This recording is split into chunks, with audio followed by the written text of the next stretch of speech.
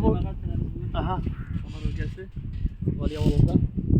Hazretlerimiz bugün bizge ikiz kuftik kötebizdiler. Nasıl hazret işi kalarız? Elhamdülillah. Mana İlyas Hazret qarali. Bu Galiya oğlu, bu Samar ülkesinde ulu Tatar oğullarının birisi. Mana bunda okrugida sibilgen Tatar oğullar. Mana bu ağaçlar altında Orenburgskiy oblast. Degende ana aeroport, aerodrom, lётный училище. Mana bu ağaçlar arasında Kızıl Bayrak degan avul var, Tatar avul. Şu Galiya oğlundan çıkan avul. Ana mana bu yoldan tegilerek gidersin de Kızıl Köpür avulu var. Ansı da Galiya oğlundan çıkan avul. Kızıl Köpür артынан tigi ягында tagın Nugay avulu var. Ansı da Galiya oğlundan çıkan avul. Anın артында Bişmişa degan avul bolgan, ol bitken. Anın артында Venera degan var. Anda da Tatarlar var. Anda da Galiya oğlundan çıkan avullar.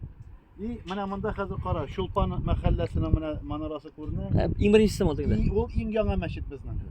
Hop. Eng annarsini endi bilamizlar Tubanish masjidi deylar. Mana bu ha? Nur masjidi. Mana bunda keladi. Mana bunsa O'rta mahalla deyiladi. O'rta mahallaning ostida mana madrasa bor. Bilasizmi? Yashil Tubanish madrasa. Bu bizning 3-mahalla.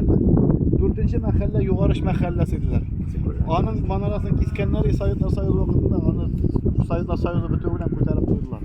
Mana İdris Hamitovichning shusha neyinde Vochinosida tag'in hali bizning Selsavitga kirgan Kızıl Köpür avulunda bir masjid, Nugay avulunda bir masjid. В купе bizning получается bizning Selsavitda 6 mahalla. Вот bir masjid elhamdülillah. Mana tag'ı bir ayber o'tib birinchi Всероссийский Сабантуй. Aha. Mana shunda o'tdi. Selskiy, Всероссийский Ayy. Сабантуй. Shu o'rinda 2000 yillar 2012 ma'lum. Prezident Tatarstan shunda kelib tushdi vertolyot bilan.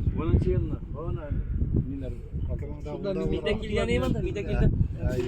Mana shu o'rinda bo'ldi. Onda neler var edi?